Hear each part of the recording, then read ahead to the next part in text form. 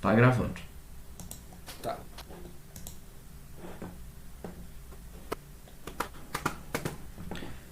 Boa tarde, meu nome é Danilo. Eu e o Lucas Carnevale, a gente veio falar sobre a estrutura básica do jogo Magic City. Somos do primeiro PJ e temos como professor Nélio Alves. Como qualquer jogo, Magic City tem objetivos, do qual o principal é derrotar um boss final chamado Scourge Wall.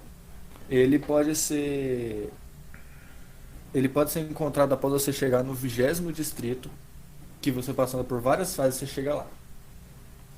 E até lá você vai em diferentes fases, de diferentes dificuldades, com diferentes biomas, que têm suas diferentes características. Então é bastante variado. Os objetivos intermediários é basicamente sobreviver a esses biomas até chegar a ele, conseguir os itens necessários para matar ele e conseguir nível suficiente para conseguir matar ele. Tá? Todos os objetivos intermediários giram ao redor do objetivo principal. O sistema de crafting é bem variado, tem algumas armas e itens que você não consegue craftar e outros que você consegue.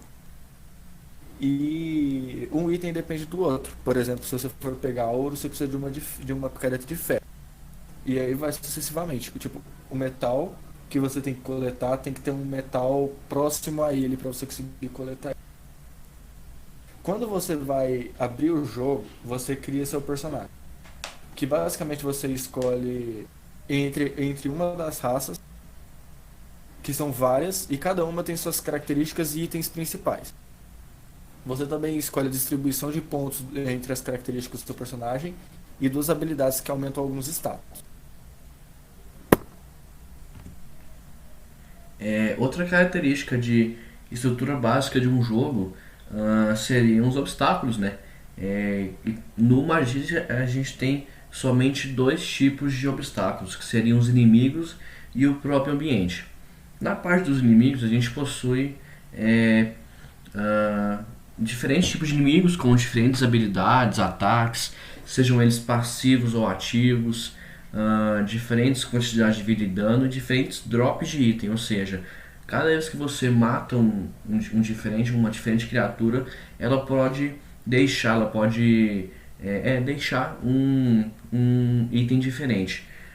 A gente pode observar ali do lado dois bosses, que é o Black Dragon e o Tarnox, que são bosses secundários. Temos um total de 20 no Magic City até chegar no boss final, que é o Scourge Wall, que o Lucas disse.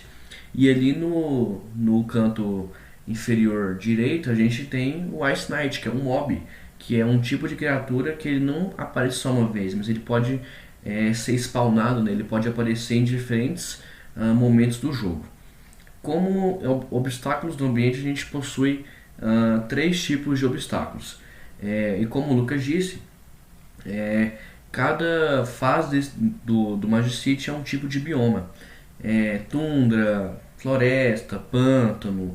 E a gente tem como exemplo de obstáculo da floresta esses espinhos. Esse bloco com espinhos que ele fica se movimentando verticalmente. No bioma de tundra a gente tem a bola de neve, que ela cai aleatoriamente com o objetivo de atrapalhar o jogador, tirando vida dele.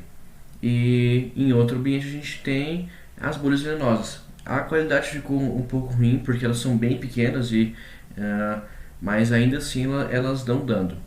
Dano se o jogador ficar, né, muito próximo delas. Assim como todos os jogos, esse Magic City possui certas regras básicas. E a principal é, se a sua vida chegar no final, você morre. O estilo do jogo é roguelike, ou seja, se você morrer, você não respawna, você perde todo o progresso, todo mundo e todos os itens que você tinha. A única coisa que você recebe são as recompensas que você recebe depois que você morre, que são alguns baús que você coletou ao redor, ao total do mapa. Você não pode ficar tempo demais em um bioma ou uma fase só. porque senão aparecem Scourge Guardians, que são tipo uma extensão do Scourge Wall, que é o boss final. E eles são os inimigos que são os mais fortes do jogo, eles tiram o maior dano possível. Eles só não tiram mais porque realmente não tem como.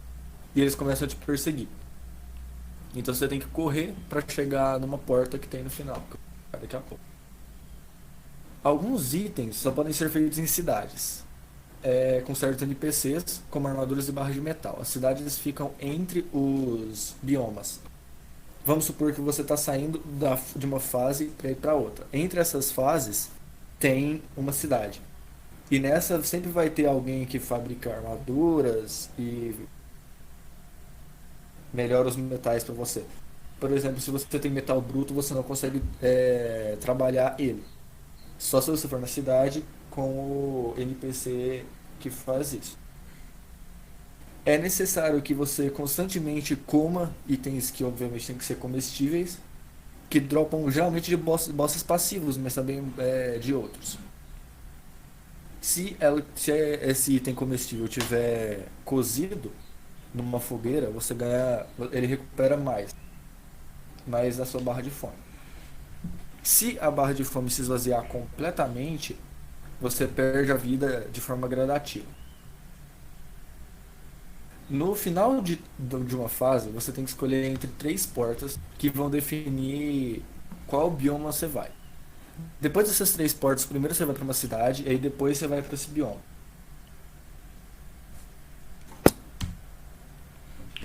Assim como todo jogo também existem as interações, né? Que nada mais são do que os controles, os comandos que o jogador pode utilizar para poder avançar no jogo.